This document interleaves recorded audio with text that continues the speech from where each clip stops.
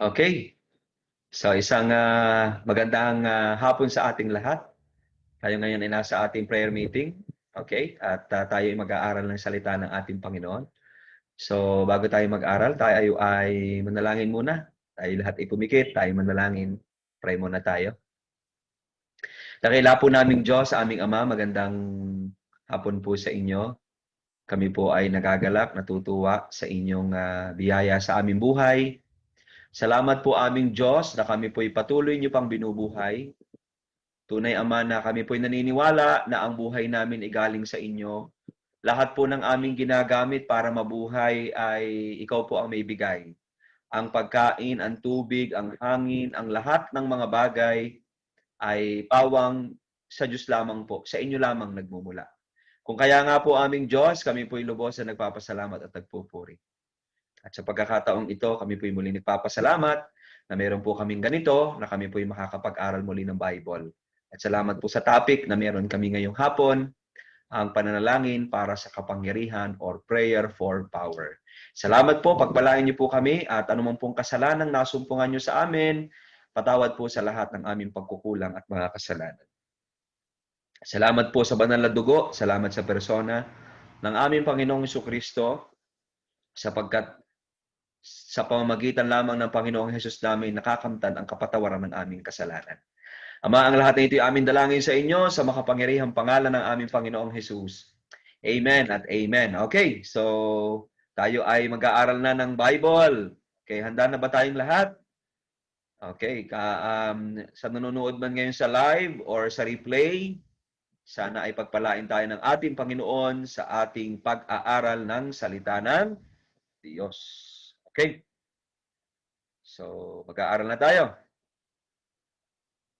Ang ating paksa ay prayer for power. Okay. Prayer for power. Panalangin para sa kapangyarihan. Okay. So yun ang ating bibigyan ng pansin ngayong oras na ito. So, power o kapangyarihan. Maganda na mayroon tayong power o kapangyarihan. Okay? Sapagkat kapag sinabi nating power o kapangyarihan, ito yung ating ito yung nagbibigay sa atin ng kakayahan upang magawa natin ang isang bagay. Okay. Ngunit atin mo nang tingnan kung anong klaseng kapangyarihan ang ating pinag-uusapan dito. Yung bang prayer for power, okay, o panalangin para sa kapangyarihan, ano ba yung kapangyarihan ating ipapanalangin? Ano ba yung kapangyarihan ng isang anak ng Diyos, okay, na dapat niyang ipanalangin at nasain sa kanyang buhay? Ito ba ay katulad ng kapangyarihan ng mundo na itinuturo tulad nitong ating nasa screen? Sa nakakaalam, ano nga yung mga yan? Sila mga tinatawag na mga Avengers. At meron silang kanya-kanyang kapangyarihan, iba-ibang kapangyarihan. Okay? Nagagawa nila ang mga kakaibang bagay, ang mga kahangahangang bagay dahil sila may kapangyarihan. Pero nililino natin mga bata, hindi yang kapangyarihan yan ang ating ipapanalangin. Wala sa ating mga bata ang magpe-pray na sana ako'y maging kagaya o magkaroon ako ng kapangyarihan tulad ni Captain America. Okay? O ni Superman, o ni Spider-Man, o ni Batman, o ni Iron Man, o sino pa man. Okay? So, hindi yan ang kapangyarihan na ating tinutukoy. Okay? Hindi rin kapangyarihan na tayo ay maraming armas, maraming baril. Okay? Marami tayong missile, marami tayong mga kagamitang pandigma, o marami tayong sundalo, o tayo magiging sundalo o magiging pulis para tayo magkaroon ng kapangyarihan. Hindi yan ang ating tinutukoy na kapangyarihan. Okay? So, ito, ang mga nasa larawan ay mga pangulo o mga naging pangulo ng bansa. At kapag ikaw ay naging pangulo o presidente ng isang bansa, sinasabing ikaw na ang isa sa pinakamakapangyarihang tao sa bansang iyon. So, yung pagiging presidente ay kapangyarihan. Pero hindi rin yan yung kapangyarihang dapat nating ipanalangin na magkaroon tayo. Okay? O kaya naman ay kung hindi mo presidente ay meron tayong posisyon sa gobyerno, ang mga nasa larawan ay mga senador ng ating bansa. O kaya naman pwede tayo yung mga nasa ibang katungkulan, congressman, mayor, gobernador, barangay captain, skate chairman, etc., etc. Hindi yan yung kapangyarihan tinutukoy natin. Hindi yung nasa posisyon tayo sa politika. Hindi yun yung ating sinasabing kapangyarihan. Hindi rin naman yung kapangyarihan ay yung tila baga parang ang laki-laki ng ating katawan at lakas-lakas natin at sinasabi nating I am powerful. No, hindi rin yan yung kapangyarihan ating tinutukoy. Pero walang masama na ating iniingatan at pinalulusob ang ating katawan. Okay? Pero isipin natin na yung kapangyarihan tunay ng Kristyano ay nasa ating lakas ng pisikal, ay hindi po. Iyon ang ating tinutukoy. Hindi rin dahil tayo marunong magkarate o mag-kung fu o mag-martial arts, ay meron tayong power to defend ourselves or to do something na pagdating sa kaligtasan ng ating buhay. Hindi rin yan yung kapangyarihang ating tinutukoy. Hindi rin naman ito yung kapangyarihang nakikita natin sa mga propeta o mga mangangaral ngayon na nagsasabi meron silang kapangyarihang magpagaling, no? At sa kanilang mga service, no, sila nagsasalita ng iba't ibang wika, no, nagagawa nilang patumbahin yung mga tao at pagalingin yung mga may sakit. Hindi yan yung kapangyarihan tinutukoy natin. Okay? So sapagkat kahit naman ang Panginoong Jesus, lahat ng kanyang pinagaling ay namatay. Okay? Ibig sabihin, hindi yun yung focus ng kanyang ministry. Ang tunay niyang binigyan ng pansin ay yung spiritual na kalagayan ng tao na dapat gumaling. Eh ano po yung kapangyarihan? Kasi ang paksa natin, prayer for power. Eh ano po yung power na dapat nating ipanalangin? Yun yung ating pag-uusapan. Okay? So maliwanag, atin liwanagin yung mga larawang inyong nakita at iba pang kagaya ng mga yaon ay hindi nagpapakita ng kapangyarihan na itinuturo ng banal na kasulatan na dapat nating ipanalangin umapa sa atin. Hindi yun yung tinutukoy ng Bible na kapangyarihan. Okay? Sabi ng Tyndale Bible Dictionary, power is the ability to do things by virtue of strength, skill, resources, or authorization. Ang kapangyarihan daw ay kakayanan na magawa natin ang mga bagay-bagay sa pamamagitan ng lakas, kasanayan, o mga mapagkukunan o authority. Yun ang power. Pero kapag ang pinag-usapan natin, biblical power or godly power, so dapat makita natin na ito ay nanggagaling sa Diyos. The Bible says a Christian power comes from God through the Holy Spirit. Okay? Maliwanag na tinuturo sa Bible na yung kapangyarihan ng Kristiyano ay nanggagaling sa Diyos sa pamamagitan ng banal na Espiritu. Sabay-sabay natin basahin mga bata. Okay, ready? Acts 1:8. Basa. Datapwat, tatanggapin ninyo ang kapangyarihan pagdating sa inyo ng Espiritu Santo. At kayo magiging mga saksi ko sa Jerusalem at sa buong Judea at Samaria hanggang sa kahuli-huli ang hangganan ng lupa. Okay. Sana mga bata, pakinggan nyo at basahin yung verse. Okay. Sa preaching kasi, talagang ang mahalaga yung verse. Okay. Yung word of God na nababasa nyo o naririnig. Ang sabi ng Acts 1:8, mga bata, ang kapangyarihan ay tatanggapin mo lamang kapag dumating sa iyo ang Holy Spirit. So, ibig sabihin, kapag wala ang Holy Spirit, wala kang power. Okay? So, the presence of the Holy Spirit gives you the power. Okay? Kaya kailangan ng isang tao ay maging Kristiyano para siya magkaroon ng banal na kapangyarihan na ating pag-aaralan. Okay? So, kapag ang isang bata o isang tao ay umamin na siya'y makasalanan, siya ay nagsisi, sumuko sa Diyos, tinanggap ang Panginoong Hesus o sinampalatayanan si Hesus, ang Panginoong Hesus bilang kanyang tagapagligtas, nakita niya na mahalaga si Hesus sa kanyang buhay, siya ay paninirahan ng banal na Espiritu. At kapag ang banal na Espiritu ay nasa kanya, meron na siyang kapangyarihan. But then, bilang tao pa rin na nasa laman, ay ang turo sa atin, ito'y ating nasain, ito'y ating ipanalangin.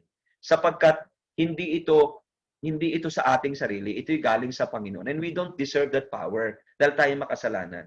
That's why we need to be humble and we need to express our desire and humility na nasain ang kapangyarihan ng Diyos sa pamamagitan ng panalangin. Gets? Okay, kaya tayo nagpe-pray. God is the ultimate source of power.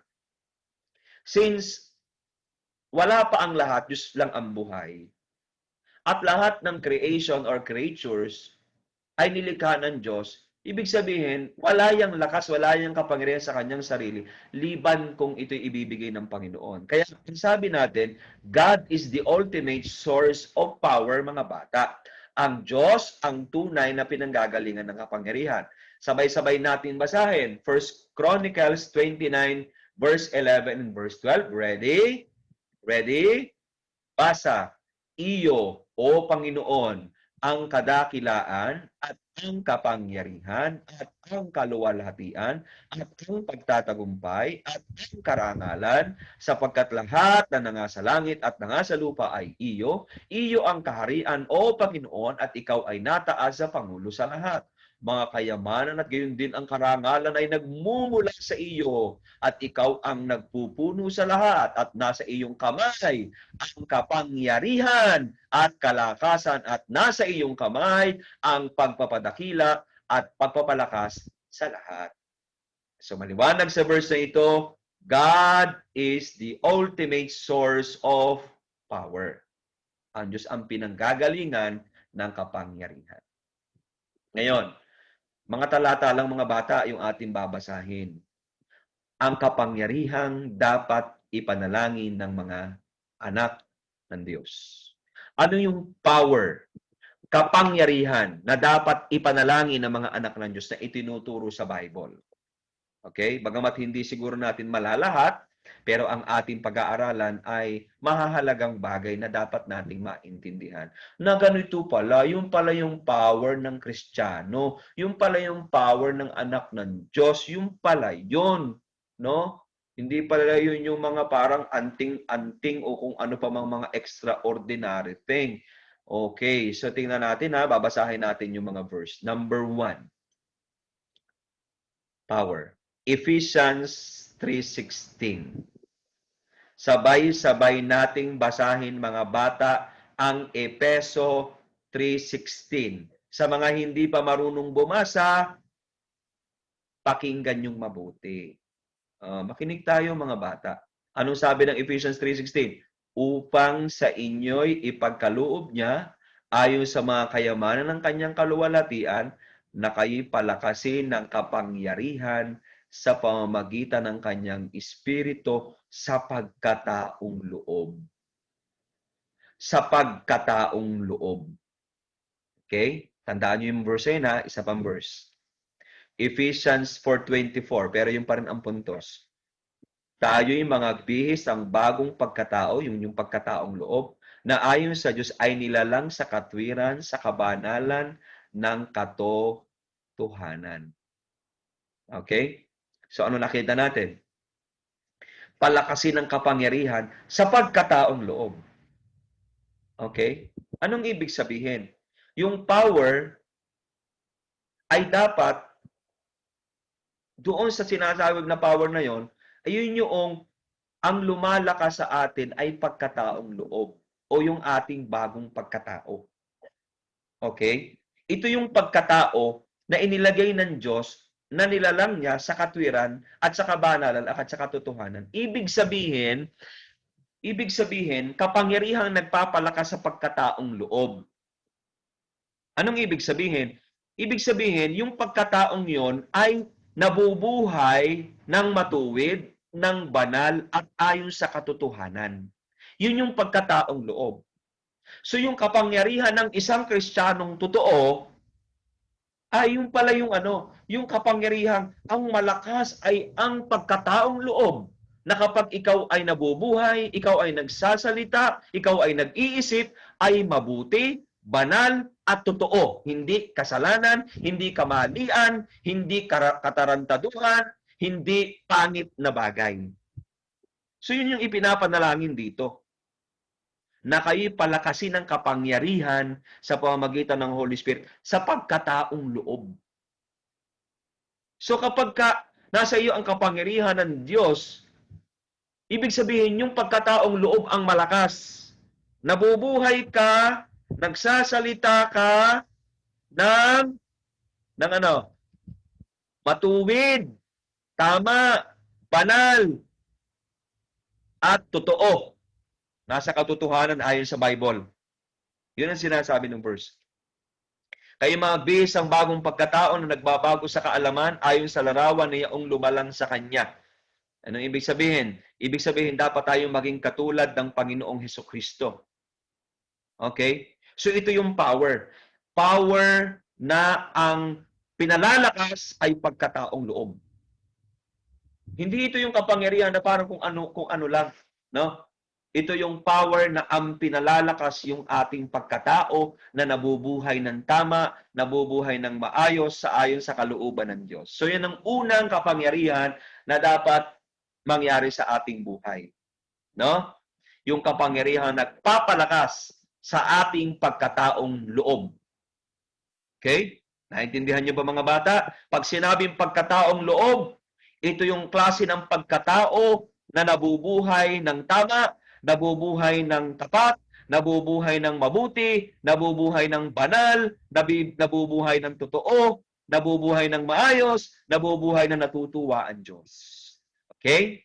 Tuloy tayo. Basahin natin yung mga talata, sayang yung verse. Kaya nga, sabi ng 2 Corinthians 4:16, sabayin niyo ako mga bata, basa, ready, begin. Kaya nga, hindi kami nanghihimagod. Bagamat ang aming pagkataong labas ay pahina, ngunit ang aming pagkataong loob ay nababago sa araw-araw. Okay, yung pagkataong loob ay lumalakas ang lumalakas, no?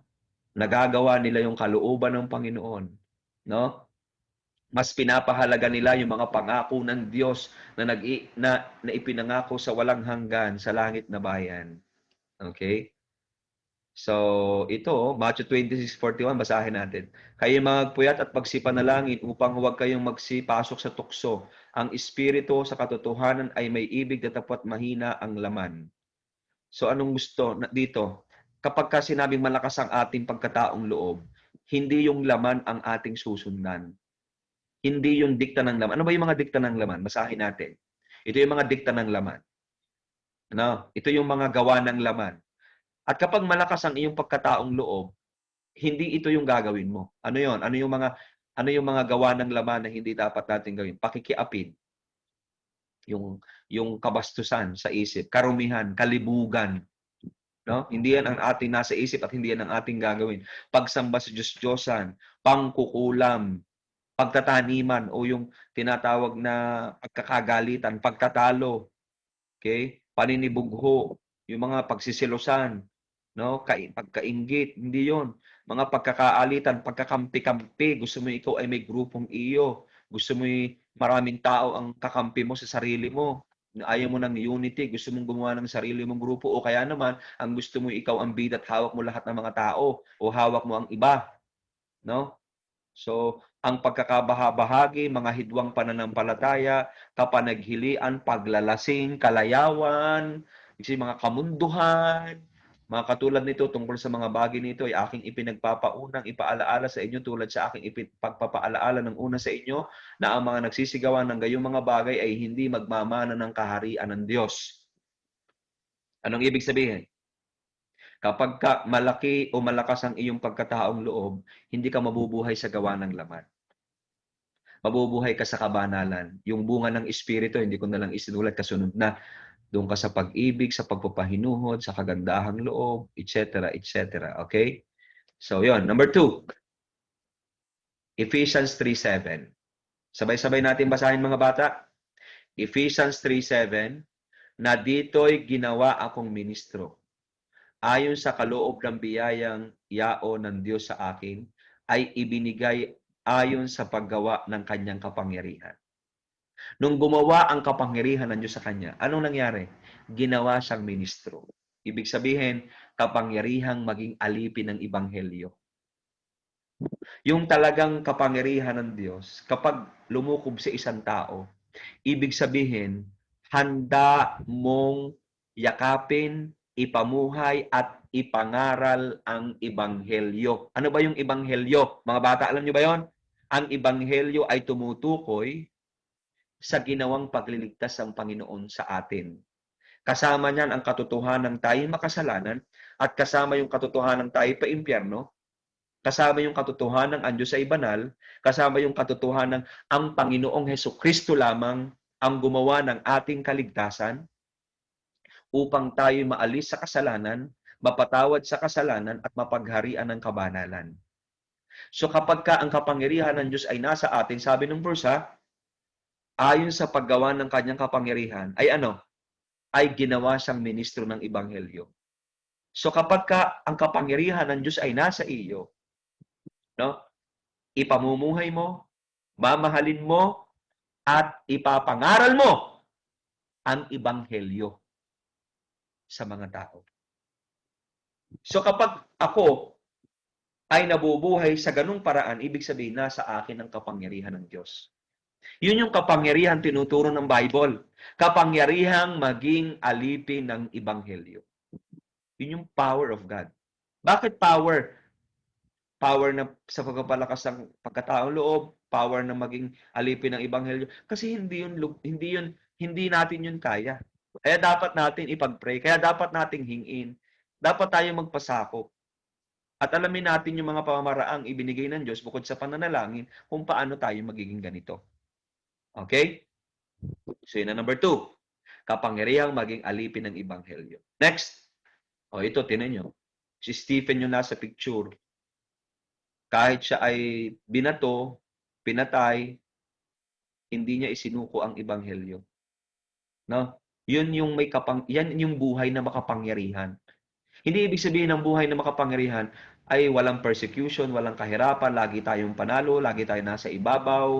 Hindi yun ang kapangyarihan tinutukoy.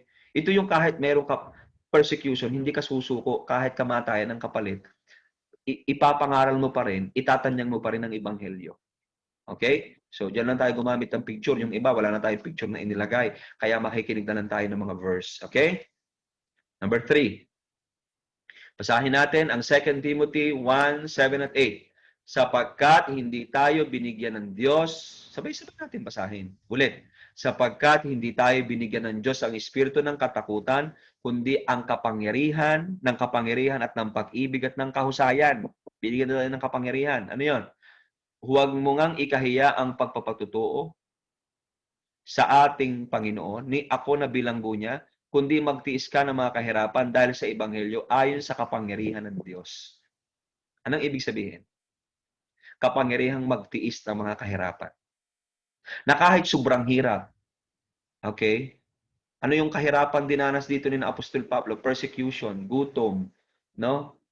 Kasalatan, kawalan ng pera, okay? At mga kahirapan. Ang daming mga kahirapan, sabi mga kahirapan, no? Pero hindi sila tumigil. Bakit? Meron silang kapangyarihang magtiis ng mga kahirapan. Yan yung pagkapangyarihan ng isang Kristiyano na kahit mahirap ay hindi siya titigil sa kanyang paglilingkod. Kahit mahirap, hindi siya titigil sa kanyang pagbibigay ng luwalhati sa Panginoon. Okay? So, halimbawa, ako, mangangaral ako, sabi dito sa talata. Ibig ba sabihin, dahil maraming mga taong galit sa akin, no? Dahil ba walang masyadong pera dito, ay hindi na ako magpapatuloy, hindi na ako mangangaral. Ang sabi din ni Apostol Pablo, ayon sa kapangyarihan ng Diyos, magtiis ka ng mga kahirapan. Anong ibig sabihin? Yun yung kapangyarihan na nagagawa nating magtiis ng mga kahirapan. Kaya yung Kristiyanong malakas ang pagkataang loob, yung Kristiyanong alipin ng Ebanghelyo, yung Kristiyanong nagtitiis, yan yung talagang nakakaranas ng kapangyarihan ng Diyos. Oo. Yan, nandun ang power of God. Okay? So, hindi yun yung parang easy life lang. Hindi ganun. Hindi yan yung tinuturo ng Bible na power. Okay. Next, Colossians 1:11. Kapareho na rin nung ating paks. Na kayo palakasin ng buong kapangyarihan ayon sa kalakasan ng kanyang kaluwalhatian sa buong pagtitiis at pagpapahinuhod na may galak.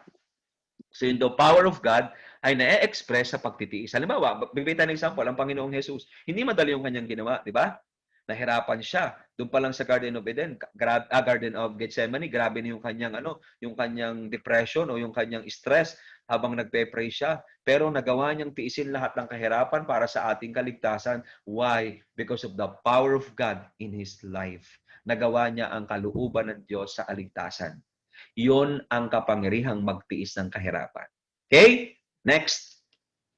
2 Corinthians 12:9, at siya'y nagsabi sa akin, kasi nag-pray siya dito si Apostol Pablo, meron siyang sakit. 3 times niyang ipinag-pray na maalis pero hindi nawala. Hindi naalis yung sakit niya. yung tinik sa laman na sinasabi, kung ano man yun, kung sakit man yun, pero sabi tinik sa laman, hindi nawala eh. Pero tinan niyo, ang sabi ng Panginoon sa kanya, at siya'y nagsabi sa akin ng Panginoon, ang aking biyaya sapat na sa iyo, sapagkat ang aking kapangyarihan ay nagiging sakdal sa kahinaan. Kaya't bagkus ako nagmamapuri na may malaking galak sa aking kahinaan upang manahan nawa sa akin ang kapangyarihan ni Kristo. Ano ibig sabihin? Kapangyarihan sa gitna ng mga kahinaan. Marami tayong kakulangan, marami tayong kahinaan, maaaring karamdaman, pero hindi hadlang yan para hindi ka magamit ng Diyos. Bakit? Dahil doon nga sa iyong kahinaan, doon daw nagiging sakdal ang kanyang kapangyarihan. Ibig sabihin, sa gitna ng iyong kahinaan, nagagawa mo pa rin gawin ang kalooban ng Panginoon, nagpapatuloy ka pa rin. So yun yung sinasabing kapangyarihan sa gitna ng mga kahinaan. Okay?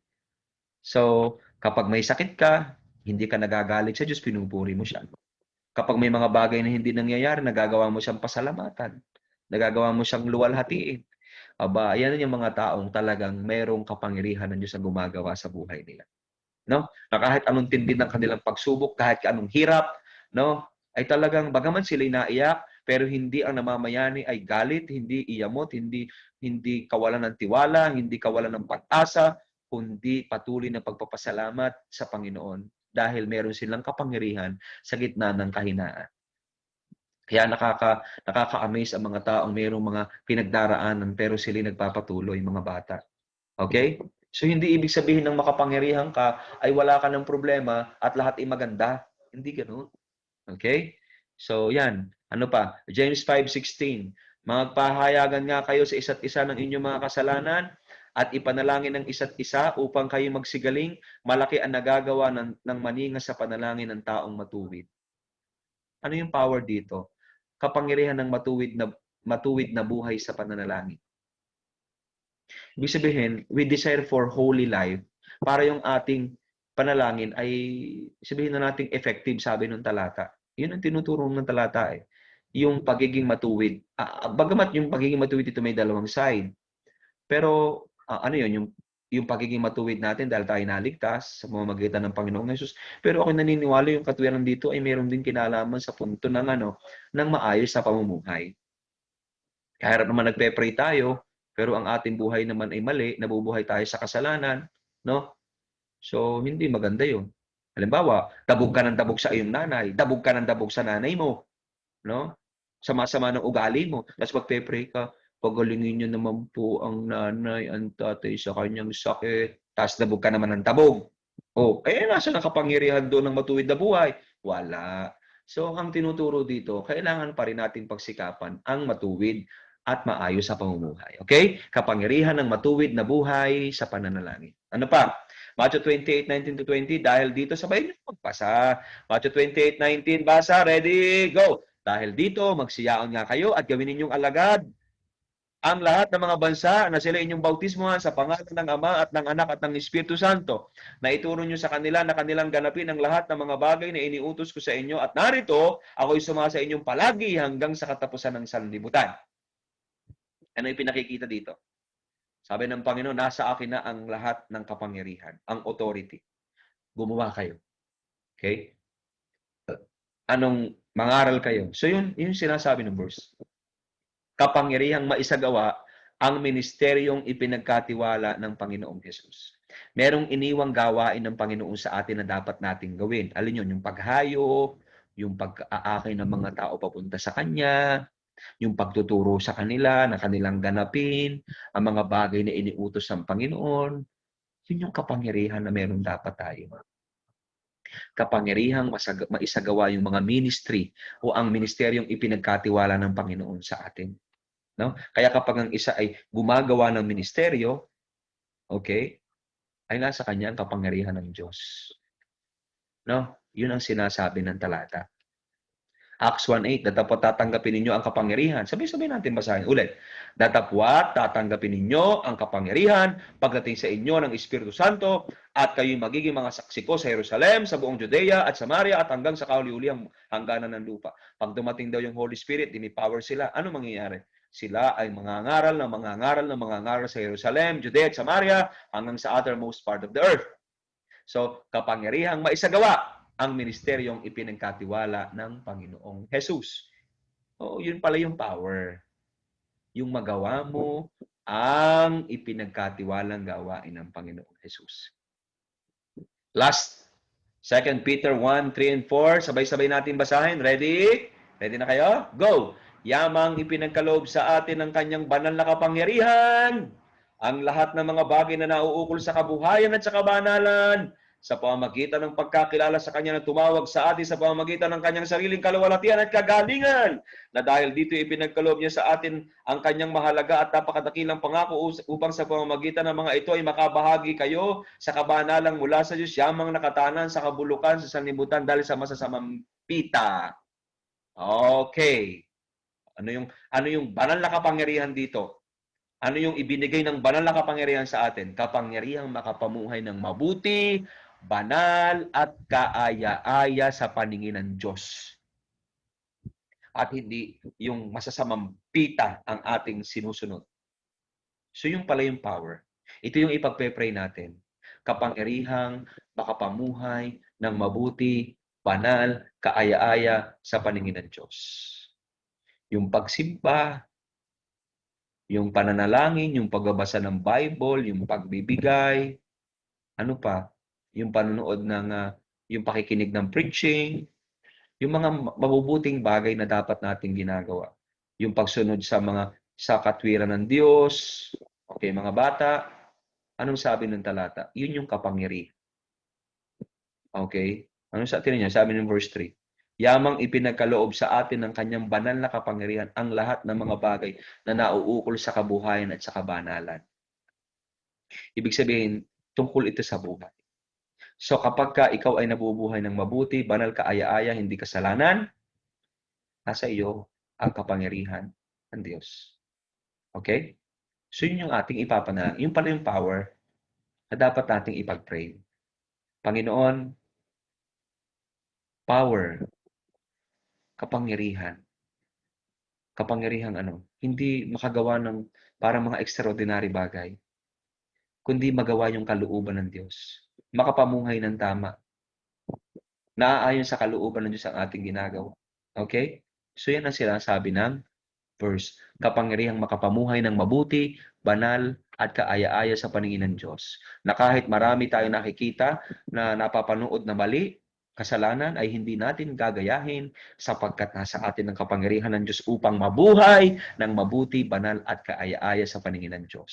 Okay? Pero yung power na yan, habang ipinapanalangin natin, dapat natin ginagawa. Ipinakita yan ng Acts 2:41-47, hindi na natin pag-uusapan. O hindi natin babasahin. Kaya na lang ang magbasa sa inyong mga Bible. Pero dapat nandun ang pagbabasa, pagbubulay at pagpapasakop sa salita ng Diyos. Nariyan dapat ang pananalangin at pagsamba. Sa pagsamba, ang tinutukoy ko, pagsamba sa Diyos at saka yung fellowship, yung pakikisama sa ibang mga mananampalataya. Okay?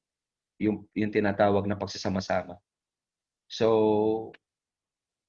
imposibleng tayo magkaroon ng kapangyarihan na hindi rin naman natin ginagawa yung pagbabasa ng Bible, yung pagbubulay, yung pagpe-pray, yung pagsamba, yung mga ibinigay ng Diyos sa gawain natin na dapat natin ginagawa para tayo ay magkaroon ng kapangyarihan. Pero still, kahit tayo gumagawa ng ganyang mga bagay, still, ipinagpe-pray natin yon sapagkat yan ay awat biyaya pa rin ng Panginoon. Now, sa mga bata, sana natuto tayo, prayer for power. Pray natin, bigyan tayo ng Diyos sa kapangyarihan. Kapangyarihang lumakas ang ating pagkataong loob, ating isa-isang uli. Kapangyarihan na nagpapalakas sa pagkataong loob. Kapangyarihang maging alipin ng Ebanghelyo. Kapangyarihang magtiis ng mga kahirapan. Kapangyarihang sa gitna ng mga kahinaan. Kapangyarihan ng matuwid na buhay sa pananalangin. Kapangyarihang maisagawa ang ministeryong ipinagkatiwala ng Panginoong Hesus. Kapangyarihang makapamuhay ng mabuti, banal at kaaya-aya sa paningin ng Diyos. Okay? So mga bata, tayo ay magwawakas na. Pray na tayo. Okay? Saan natuto tayo? Saan natuto tayo ngayon? Okay? Pray na tayo. Lord, salamat po sa aming pag-aaral ng Bible. Salamat po sa inyong itinuro. Ito po ay aming kailangan sa aming buhay. Panalangin namin itong kapangyarihan ito na nagmumula sa inyo. Ito po ay nasain namin sa aming buhay. Hindi po ang tunay na malakas ay yung malakas lang. Ang tunay na malakas ay nabubuhay sa kalooban ninyo, sa mga salita ninyo, at hindi po sa kasalanan. Salamat po ng marami sa aming pag-aaral. Purihin po kayo. Ang lahat na ito'y aming dalangin. Sa makapangyarihang pangalan po ng Panginoong Jesus, ang lahat ay magsabi ng Amen. Okay. So tapos na tayo sa ating preaching.